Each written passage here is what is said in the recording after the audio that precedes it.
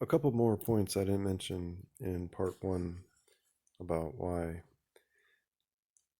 vaccine passports, medical mandates overall are actually pure evil. And again, the reason why the word evil is appropriate is because abuse is pure evil. Abuse is never actually justifiable, it's always wrong. Therefore, it's evil. It's the opposite of love. That is what is deserving of the term evil. So, beyond that basic understanding of ethics, there's also, as I mentioned, the completely irrational assumption that politicians are the all knowing, all wise, perfect doctors for all of humanity. And so, whatever they prescribe is medicine or treatment or medical devices just must automatically be the perfect medicine for everybody that they're prescribing it for. Like, that's just a ridiculous assumption. And it's coming from what you could call like a slave mindset, where you think like you can't make decisions for yourself, like you're incapable of understanding health yourself. Like it has to be outsourced to so-called experts.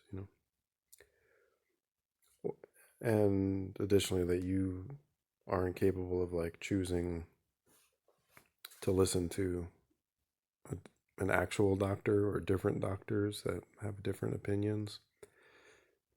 It's just this slave mentality that believes, well, whatever the politicians say, and whoever the politicians endorse as the experts, that's the truth. It's just yeah, it's just baseless irrationality. Um, but the other thing I didn't mention, I've mentioned before, uh, like in my older talks against medical mandates, the masks initially, and you know lockdowns. I talked about, I did mention the little,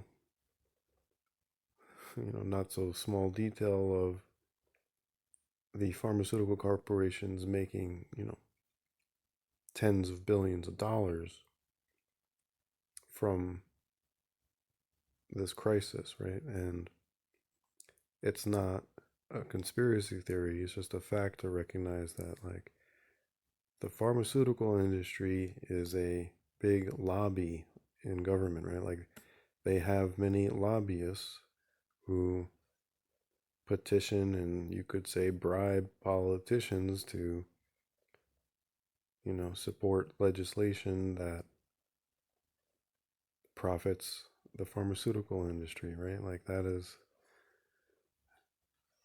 something that has definitely occurred. There's examples of what they call like the revolving door, where you got, you know, regulators of an industry coming from the industry itself. And so it's just, again, absurd to think that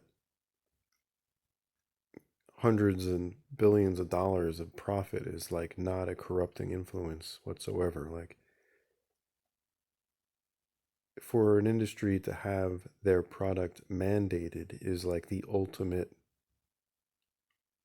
business plan. It's the ultimate, you can't have like a more sure way of making profits than to have the government mandate use of your products, right? So that's why they've been making, you know, exorbitant, on top of what, the exorbitant profits they were already making.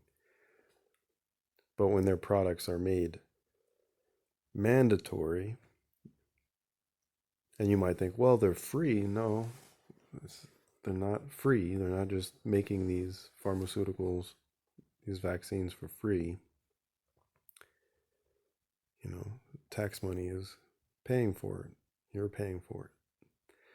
So that's just another example of how really, really dumb it is to think politicians setting medical mandates and making medical decisions for us is just fine. You know, it's completely idiotic to assume that they know best in the first place. It's completely idiotic to think that they have no influence from the industry that is going to make, huge profits from the mandate. And it's idiotic because it just ignores the fact that people are being injured. So obviously, it isn't perfectly safe. And it's idiotic because it just ignores basic ethics. It just ignores the fact that one neighbor can't push drugs on another neighbor because that's abuse of control. It's treating the other person like your livestock, and that's widely recognized as wrong. It's, considered criminal. And so why you would think some people can do that just because they have a certain title or employment. And, on top of that, their employment being the institution which has been historically the most violent and least trustworthy. So it's just how many layers of idiocy do we have here now? And yet people are actually ingesting this idiotic sandwich and then expecting others to do the same. Another part of this that I think a lot of folks don't get, that are just like fully indoctrinated and just all about the mainstream, is that they, along with appealing to authority, they appeal to what's popular. They just kind of think, well, most people seem to be going along with this, so it must be fine. So the problem with that is, number one, what's popular isn't always correct. So it's just irrational assumption to just conclude that something is good and true just because the majority of people around you think it is. That's not actually good reasoning. You're just assuming something is true based on its popularity. Popularity does not make something true or false. Popularity does not make something ethical or unethical. Popularity doesn't make something, logical or irrational. So there's that. And then what also they don't get is the pyramidal structure of society, in that basically you have, think of like just any kind of like corporate workplace, and just imagine, okay, you got like this head CEO or the head boss, and then beneath them are like, you know, managers, and then beneath them are like assistant managers, and then beneath them are employees, right? Well, whatever the head boss says, is what is carried out for everybody else, right? So, he gives the order to the managers give the order to the assistant managers give the order to the employees, right? So, the reason this is important to keep in mind is that just because you see a lot of people going along with something, it doesn't mean that it's necessarily true or good or rational. And additionally, it doesn't mean that it's like the result of the opinions of many people. See, the mistake is thinking like, well, if you, generally speaking, getting more opinions on something is a good idea, right? Like you can kind of get a better um, understanding of the truth by, getting the views of multiple people. Like, and in many circumstances, that's true. Like, it is good to, see what many people think about something, or if there was an event that happened, the more eyewitnesses you can interview, probably is the better, the closer to the truth you're going to get, right? But the problem is when you're talking about a society that is mainly consisting of these institutions, like, government and all that comes with it, like education and, just mainstream news and entertainment and um, religion. When the ideas coming from these institutions are actually originating from a very few at the top, and those very few at the top are definitely not good natured people, you can then look at, the majority at the bottom of the pyramid and think, oh well, they all are going along with this, so it must be true. You see what I mean? Like you're you're looking at everybody as if they aren't basically indoctrinated by a hierarchical, pyramidal system, which is actively deceiving everybody and indoctrinating everybody with lies and misinformation. So just because you're looking around in your society and you're saying, well, everyone seems to think this, everyone seems to believe this, that's not actually rational. Again, because one, just because something's popular doesn't make it true, good, or rational. But additionally, once you understand that, like, most people participate in these institutions, right? Like most people actually like listen to politics, and they listen to state education, and they listen to mainstream religion, they listen to mainstream news, they take in mainstream entertainment, which is just full of toxic propaganda. They're taking in all of this uh, toxic information on a daily basis, not recognizing that like the worst of the ideas are actually purposely disseminated from the few at the top, down through the chain of command. And, when you're the owner of an institution, or when you run institutions, you can control the content to a large degree, right? You can have certain messaging go through on a regular basis, and that's exactly what goes on. So people look at, the society around them, and they think, well, this person speaking out against, the lockdowns and medical mandates, they're just, they must be crazy, because most people I know just seem to think it's the reasonable thing to do.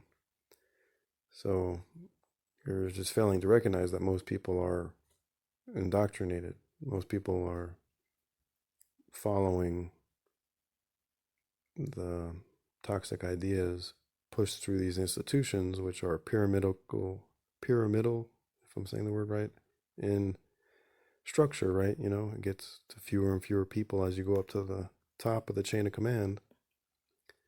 And so it's really just a few, deceiving and misleading the many. And then the many might look at each other and think, oh, we know best, or, we're just a bunch of independent people here. And you don't realize that you're all uh, basically brainwashed to, one degree or another. So I hope I was able to explain that well enough. Hope you're able to get the point there, that looking to what's popular as an indicator of what's true or good and logical is not is is poor reasoning by itself, but especially so in our world, which is basically run by the devil, which you might think is a ridiculous thing to say, but it happens to be true. And you know, people at the top are basically Satanists and just pushing lies through all these institutions that you're immersed in all the time. It's like you don't even realize that you're just taking in all this misinformation all the time, because it's like everything you read, it's everything you see, it's everything you listen to for the most part. And censorship, you know, works hard. The institutions, you know, employ censorship to keep out any voices of true reason and truth and morality, so that you don't start questioning their so-called authority and questioning all the things that they tell you are normal and fine, which are actually abnormal in the sense of not what God intended. It wasn't part of the original design for humanity whatsoever. And it's actually just, you know, abuse. And it's just, like I said, all of these loopholes to the principle against abuse, the non-abuse principle. And that's why I titled that other talk, you know, belief in abuse loopholes is mass psychosis. People are in a mass psychosis situation, again, because they are taking in all of these deceptive pro-abuse lies from the enemy, who disseminates them through all of these institutions that people just take to be, you know, like benign, or you know, just part of civilization, and don't realize like all these institutions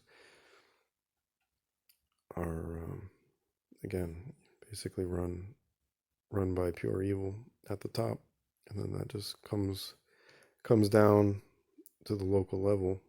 And so the best thing to do is to disconnect from it all completely. Like, you shouldn't be watching really any mainstream news or entertainment, or you know, trusting any like state education or mainstream establishment religion. Like, there's just so much misinformation and lies that are completely toxic in all these institutions and all these mainstream avenues of society are, you know, vehicles of ideas, and that's the problem. All right, I hope again that made enough sense to maybe open the eyes of one or two people out there. Medical mandates, again, pure evil. If you don't see it that way, it's just due to your own lack of correct thinking, correct understanding. All right, thanks for listening.